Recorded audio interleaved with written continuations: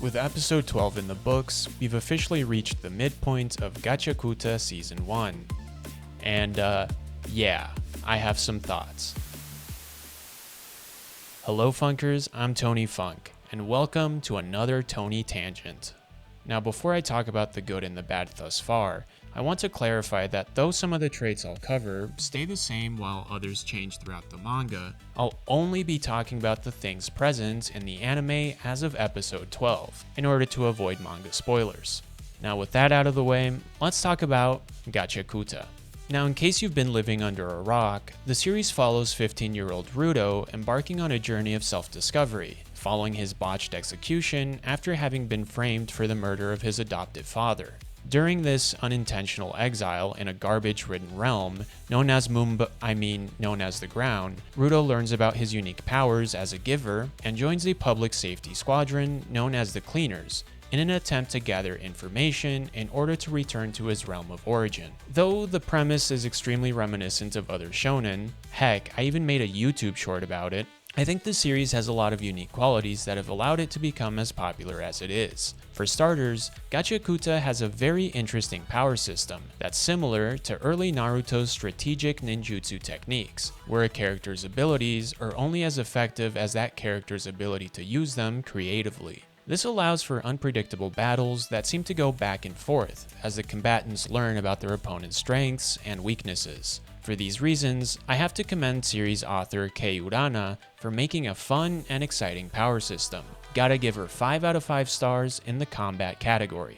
The next thing that I personally find really attractive is the series' late 90s and early 2000s aesthetics, combining 90s Euro dance fashion with favela-esque aesthetics and 90s hip-hop culture. Though the Y2K revival aesthetic has been beaten over our heads within the last 10 years, with drum and bass's revival having peaked during the pandemic years, and Jet Set Radio having a bit of a spiritual successor in Bomb Rush Cyberpunk, it's still nice to see an anime have a hand at interpreting this nostalgic trend. So though the series' artistry is coming from a played out and dying trend, I think Urana's choice to mix Y2K nostalgia with FIFA Street / Rocinha favela vibes and graffiti art culture give the series enough of a creative edge to feel somewhat unique and inviting. I'll give this immersive aspect of the series 3 out of 5 stars for making me want to live in a Kowloon walled city-esque environment. Not a statement I'd ever think I'd ever say. In addition to the visual contrast Urana's world creates between the functionally impoverished worlds of both the walled-off section of the sphere and the ground's many fortified cities, Urana also draws attention to real-world income inequality and apartheid states, taking a jab at South Africa's inability to rehabilitate its many post-apartheid slums, as well as visually alluding to the West Bank's continued colonization. By framing the sphere's apostles as feared agents of the affluent government of the sphere, Urana associates the privileged side as an oppressive force, instituting a campaign of violence and disenfranchisement in order to keep the poor poor and belligerent. What I really liked about these settings was that the commentary behind them was visual and therefore implicit instead of explicit, allowing audiences to understand the mechanics and illusions without being told by preachy exposition. Because this subtle storytelling is becoming increasingly rare in shonen, I found it refreshing and not overly artificial. I'll give Gachiakuta's establishing settings a solid 4 out of 5. Now, when it comes to the story's basis for its overall power systems, I found the concept of the anima to be creative and quite tangible. Instead of using an umbrella term such as magic or chi, Urana decided to create a power system that took away the ambiguity of the power's source and gave it a relatable origin in the form of a comfort object's relationship to its owner. Due to the concept's originality, I'm gonna give the vital instrument mechanic a 5 out of 5. As we can see, Gachiakuta has some pretty solid foundations to make an interesting and refreshing story, which based on my latest poll, succeeded in one way or another with 80% of voters having a favorable opinion of the series. And though I see a lot of positives in both the anime and the manga, with most people agreeing that the series is pretty good, I still struggle to get through the story without feeling emotionally invested. So, what gives? Well, I think Gachiakuta's biggest problem is that pretty much all of the characters suck, with them feeling more robotic and disconnected than nuanced and relatable. This makes the story feel like a passive read or watch, where instead of anticipating how a character will react to a specific circumstance, the audience instead has to anticipate how Urana will make the character react, essentially robbing the story of any tension between its characters. One such example involving Rudo happens in episode 11, when after Enjin is taken out by Amo, Rudo is shown to be the only one angry about the situation, with him huffing and puffing while everyone idly stood by. What made the scene feel forced was the fact that at this point in the story, Rudo's decision to join the cleaners was solely motivated by his desire to return to the sphere. This, coupled with the fact that Rudo didn't really have a relationship with Enjin, made his emotional outburst feel out of place, especially when compared to Enjin's comrades' lack of a discernible reaction. I remember when watching this scene, I immediately lost my suspension of disbelief, and wondered what made Urana want to expedite Rudo's relationship with Enjin.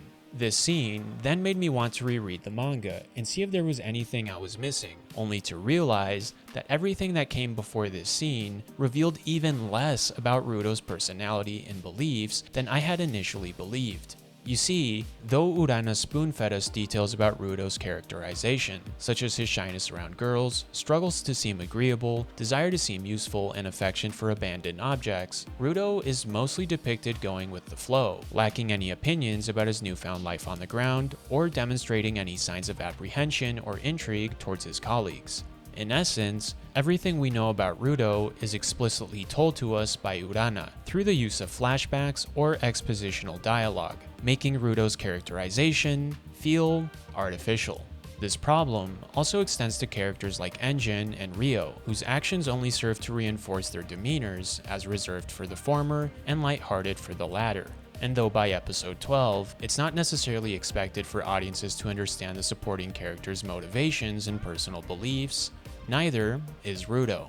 In other words, Rudo shouldn't know much about his comrades, let alone have meltdowns with one of them gets injured, especially when we consider that his goal isn't to build a camaraderie with the other cleaners, but instead to assist them long enough to obtain the information he needs to go back to the sphere. This poor development of Rudo's characterization then made him feel more like a checklist of traits than an impoverished child character with a traumatic backstory. Which reminds me, remember how Rudo lost his adoptive father? Why did Recto's death seem more like a plot point than an actually traumatic event in Rudo's personal life? I mean, for someone who not only lost his home, but also saw his father figure murdered in front of him, Rudo sure doesn't seem to be burdened by such a dramatic turn of events. In fact, Recto's murder carries the same emotional weight for Rudo as if it had happened several years prior, causing it to function no differently than an expositional piece of backstory, as opposed to a significant event in Rudo's character arc. This leads me to my biggest issue with Gachiakuta. Sure, the lack of trauma is pretty jarring, but it's also the fact that Rudo doesn't really have an end goal for his character arc.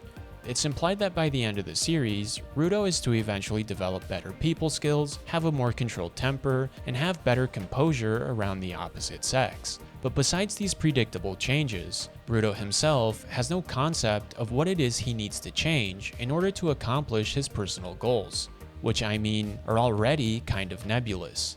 This makes Rudo seem like a caricature of the average shonen protagonist, with his temper, strength, awkwardness, and desire to embark on a journey, checking off a series of tropes that are usually attributed to his shonen contemporaries. Except, in Rudo's case, he doesn't check those boxes because the story made him do so, but instead, because Urana wanted him to. And because of these factors, I'm gonna give the characters a 1 out of 5. Now, if it wasn't already apparent, this was my only negative critique about the series thus far, but to be honest, it's a pretty important aspect to mess up and unfortunately made the series less than enjoyable.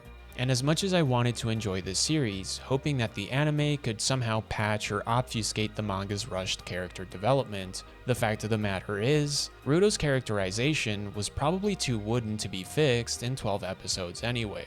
So as much as I love the concepts, aesthetics, and power system, I've never been able to feel any tension between the series' characters, nor been able to empathize with Rudo's synthetic personality. But maybe that's just on me expecting an action shonen to actually care about its characters and tell a story about them rather than around them. But what do y'all think? Let me know what y'all think about the series in the comments below. And do try to be mindful about not commenting about manga spoilers without, I don't know, skipping a few lines. Now with that out of the way, I shall see yas down the road.